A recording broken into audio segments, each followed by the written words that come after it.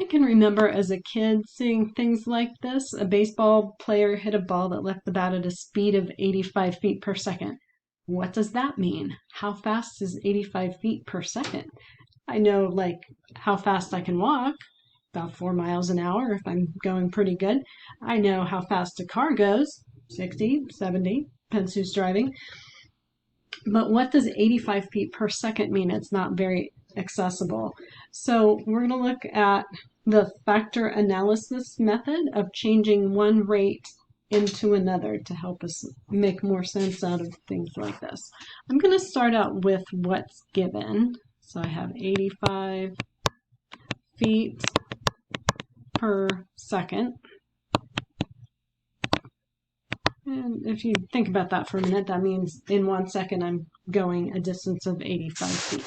Definitely can't do that walking. I have feet. My goal is going to be I want miles per hour because that's something I relate to a little better. So I want to change my feet into miles. I'm going to do that by multiplying, multiply.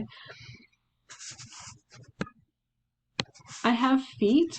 I don't want feet. So we can think about a fraction. If I have something on the top and the same thing underneath, we can cancel. I'm making air quotes that you can't see while I say that. I have feet on the top, feet on the bottom, and those are going to divide away eventually. What I want instead of feet is miles. Well, we know a relationship between miles and feet. There's 5,280 feet in a mile.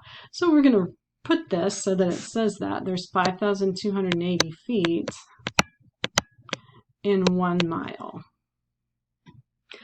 I've taken care of the miles part. I want miles per hour. Now I have miles. Next, we need to take care of the hours. Right now I have seconds.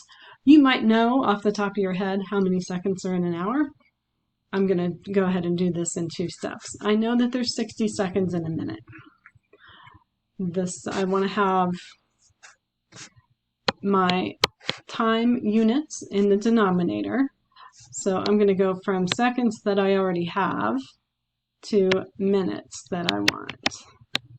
So my seconds are on the top, minutes are on the bottom. And again, those units are going to cancel, air quotes, one from the top, one from the bottom. Seconds on the bottom, seconds on the top.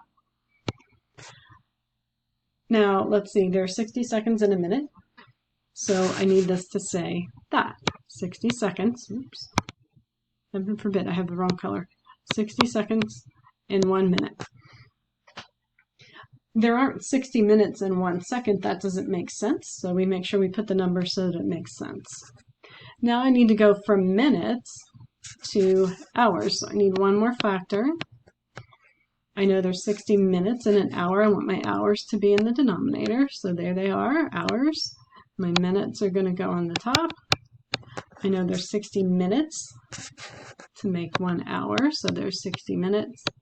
1 hour, and again, my units, the minutes from the bottom, the minutes from the top, and I'm left with hours in the denominator. So all my units, quote unquote, canceled. Here's miles, here's hours. All that's left to do is crunch the numbers.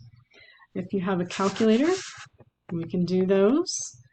Pretty much I'm going to multiply everything on the top and divide everything on the bottom. So I'm going to say 80 times 60 is the number on the top, and there's another 60 up there, and then I'm going to divide by what's on the bottom, which is 5,280. You can do it right in a row like that. For a grand total of, it's pretty close to 58 miles an hour. So this baseball player hit the ball at a speed of 58 miles per hour, which is why you get out of the way if you see it coming towards you, because that's really fast and it would hurt. So the factor labeling method or factor analysis.